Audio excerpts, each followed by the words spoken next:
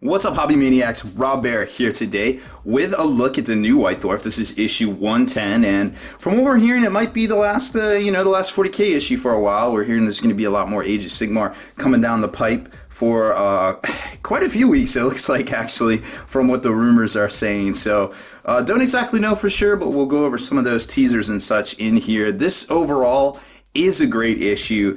If you're picking up the Death Watch, the Genestealer side got some really great rules in here and some very good paint guides as well. So basically a stacked issue. It's definitely a good one. I think a lot of folks out there will pick this one up. Before we jump on into it, I'd like to invite you to stay in the trenches. Click on the Patreon link up in the top left corner to help support what we do here on the channel. Keep our videos ad-free and score you some swag as well, especially the Death Watch miniatures. We're giving those away this month with new signups. So click on the link, check it out at least once, and help support what we do here. Make sure you subscribe to this YouTube channel. Check out the blog, spikybitsblog.com, and head on over to thelongwar.net. That's the home of the battle reports for exclusive content, early access videos, and more. Become a veteran of the Long War today. So like I was saying, this is a great issue, folks. Last week's was really good. It had all the Death Watch, Astartes rules in it, and this one is no different. Now, Tyranids, Tyranids and Orcs don't get a lot of love sometimes, I feel like. It's kind of sad because their models are so dope. Like, Orcs, you can literally make anything out of anything, and it's just like, oh, I love Orcs so much. I love Tyranids. They look different. They're so grimdark. It's ridiculous. But, Tyranids haven't had a lot of rules love, and it's really cool to see what they get in here. So first off, they can ally. Now, this is where it gets a little weird. So, let's read the exact wording here. So it says, allow you to use the Genestealer Cult models from Deathwatch Overkill in your games of Warhammer 40k. Below, you'll see how you can ally the Gosar Quintus Broodkin.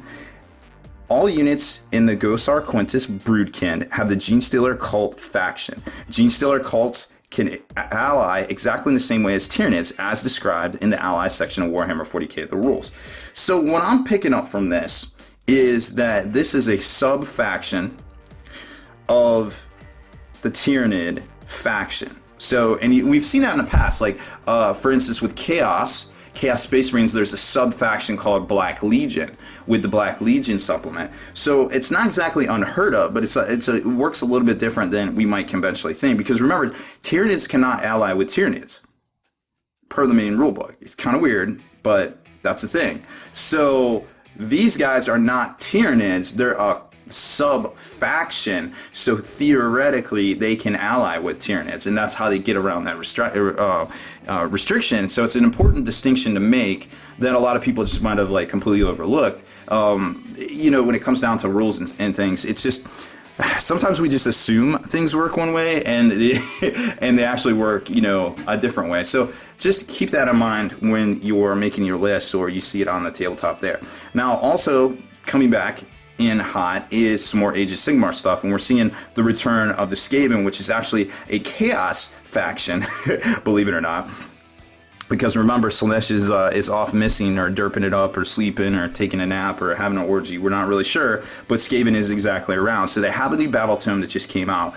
They're repeating that whole soft cover kind of deal where you get a soft cover book. It's not the hardcover for $60. It seems like they're kind of lowering the price point on this stuff, and I don't know whether it's due to lack of sales, customer feedback, or anything like that. I completely, it's all speculation at this point, but it's interesting to see the last couple of dual releases, and I guess this really isn't a dual release, it's a full-on release on itself, because Deathwatch is technically coming out this week, Skaven stuff's coming out next week, but it's interesting to see that it is a, quote, standalone release and coming out in softcover format. So coming in hot with some new Skaven, and then of course there's the really good deals. They have the Skeleton Horde, and I think a lot of these are way over 30% off retail, MSRP, if you add up the contents of the box.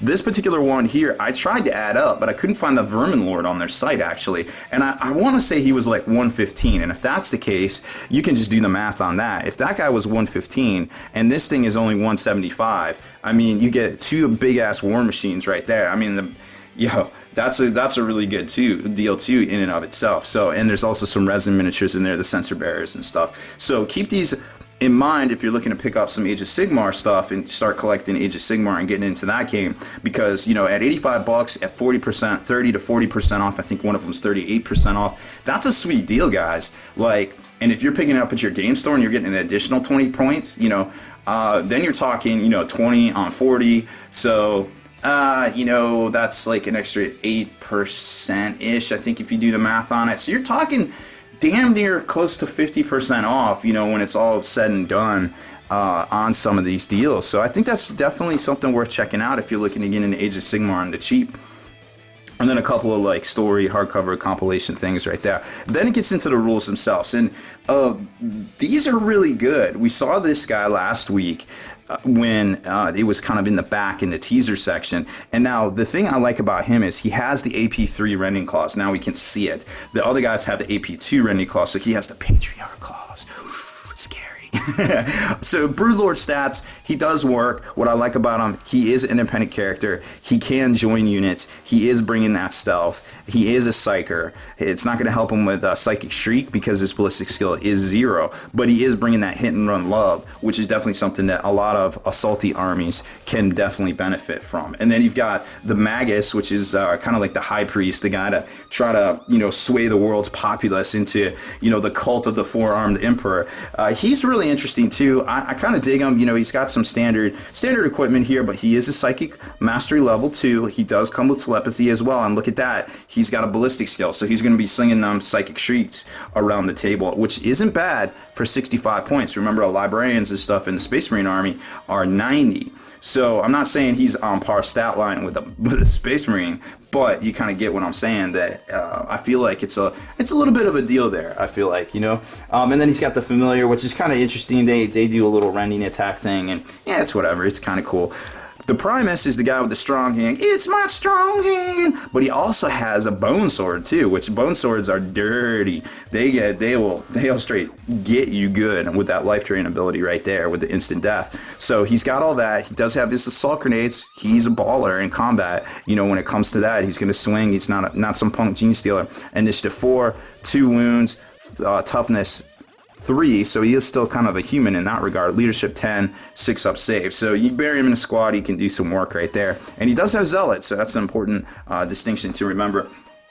We saw these guys last week. A lot of people were really impressed with them. 12 men for 85 points. Rending Claws, AP 5. Fearless, Assault Grenades, Rending. So on the charge, you're getting 3 attacks. Standing still, you're probably going to be able to hold down some injectives and things and keep people from getting near them, because they're not like super good, but if I'm spending 85 points on something, that's a really damn good 85 points to spend on something, you know, out of any army. I mean, maybe we'll do a top 10, 100 points in 40K and kind of see where everything stacks up, the best 100 points you can ever spend, and I think they would definitely be towards the top right there.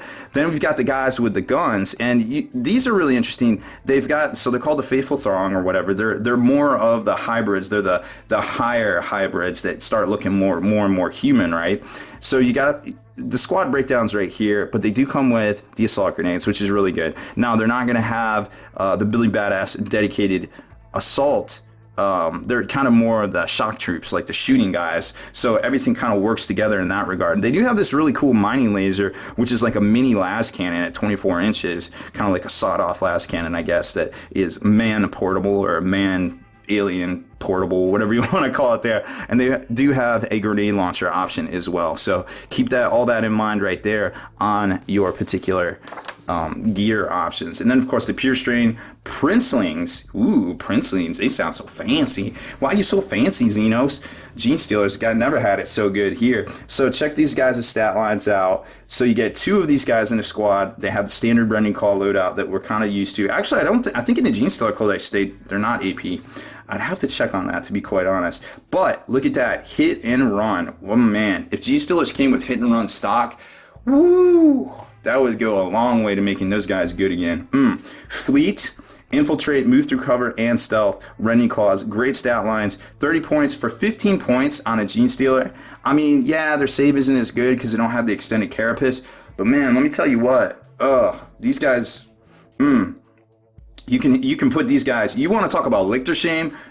let's talk about pure strain princeling shame. Like, these guys can keep it real and hold it down good, and you ain't gonna mess with them unless you get a line of sight from downtown. But even with stealth or something like that, something tells me they're going to be a pain in most players' butts to deal with. And then you got the Brothers Aberrant, which are like the mutants, kind of like the crazy hulking guys, because why not, right? they're kind of, I don't know exactly their backstory. They're kind of new to the whole Genestealer Cult fluff, to be quite honest. And I think it's an interesting correlation. Like, if you go back and you read the Bella Lost Souls, they did a cult fan codex back in the day in I guess late 2000s. They actually had a brute, like a hulking kind of thing, that they included in the book. So it's interesting, and then I know they sent it to Jervis Johnson personally. So it's interesting to see that they have something very similar, many years later in their book there. So 120 points for these guys. You get 4 of them. 2 of them have the power hammers, 2 of them have the picks. All models have the rending claws, so we all know what they do by now. Feel no pain is kind of crucial, but look at that stat line there. 2 wounds, 2 initiative, but it doesn't kind of really matter once you start looking at the unwieldy stat line right there. But strength 5, toughness 4, 2 wounds. That goes a long way to survivability these days, even in normal 40k, not just, this kind of a subset of 40k, which these rules are 100% legal for 40k. You expect to see these guys here soon on tabletops, and I can't tell you in what capacity, but I can tell you there's definitely some spicy rules in here, and who expected, Sean Naden to do as well as he did with Lichter Shame? And I mean, he's coming up with stuff all the time. He just did really good at LVO as well. So, there's things that you just come out of nowhere. You see it in X-Wing with Paul Heaver's list. You see it in 40K too, and never write anything off. I mean, sometimes you can tell when things are just completely garbage. But there's a lot of times too when you're like, man, if I could just make that work somehow with something else, let me think on it. And then you just hyper focus on it, get in your Beats Lab and just burn it down, get it to the crux of the matter, and like, oh, okay, I got it, boom. Kind of like that. So these guys got the unwieldy equipment with +2 strength, +3 strength right here for the power hammer. A lot of special rules. Unwieldy, of course, specialist weapons, so you get any extra attacks, but it is two-handed, so that's unfortunate. Concussive, knocking things down to initiative 1, so you get that on like a Wraith Knight. Hey, guess what? You're initiative 1 now for for the next turn. So there's all sorts of combos you can do there, and of course the Rending Claws. Now, the next up is the formation, which is right here, the Gosar Quintus Broodkin. And these, 600 points, right? But this is what's really interesting is it basically lets you infiltrate and launch a first turn assault. And you can even be 1 inch away from the enemy as well. And as long as the Gosar, the Patriarch, is alive, remember that's the big Broodlord looking thing, all of the Broodkin models have Fearless and Adamantite Will special rules as well. So Fearless is key. Adamantite Will definitely helps, because if you have somebody in the squad that's already a Psyker, now you get an extra +1 if somebody's trying to hit you with like an Enfeeble or a psychic shooting attack or some sort of malediction that you don't like. So keep all those things in mind. 600 points, I don't know, but it gives you an opportunity to play with the majority of models, if not all the models that come in the box right there at 600 points. So it might be kind of interesting. You could definitely, depending on how this works, take 2 of these at 1850 points and still have 650 points left to play around with, get you some Flying Hive Tyrants or something like that in a traditional Tyranid army. So we went a little over on time. There's a little fluff on what's going on in the background there with the Death Watch and why they were sent in to investigate. There is 2 really exciting paint splatters, one on the regular guys, one on the Broodlord, the Patriarch himself. So if you need help painting all the clothes and things on the hybrids, then here you go right there in the normal flesh, the kind of almost but not really human flesh. It's all right in there. And then it gets into some Death Watch books and closes in the back with a little teaser, and that's where it gets kind of weird, because a lot of people, we were hearing that thing about shiny armor that you just saw in the paint splatter right there, and now you're hearing Extremist Chambers open. That could be Age of Sigmar, that could be Stormcast, that's what we're hearing currently. But then again, they have had a lot of stuff releasing side by side in the past, so it's hard to say what it'll be next week. We still don't have solid confirmation yet until we see next week's White Dwarf. So could be Stormcast, could be Grey Knights and Stormcast. Who knows? It's not like we haven't seen a dual Age of Sigmar and 40k release before. Not saying it won't happen again, but that being said, prepare to be disappointed, I guess, if you're rooting for 40k and we see a lot of Age of Sigmar over the next couple of weeks. So that's it for this one, y'all. Thanks for watching. Deleted scenes, bonus content, and all the interviews and post-game wrap-up videos can be located in the Hall of Veterans on thelongwar.net.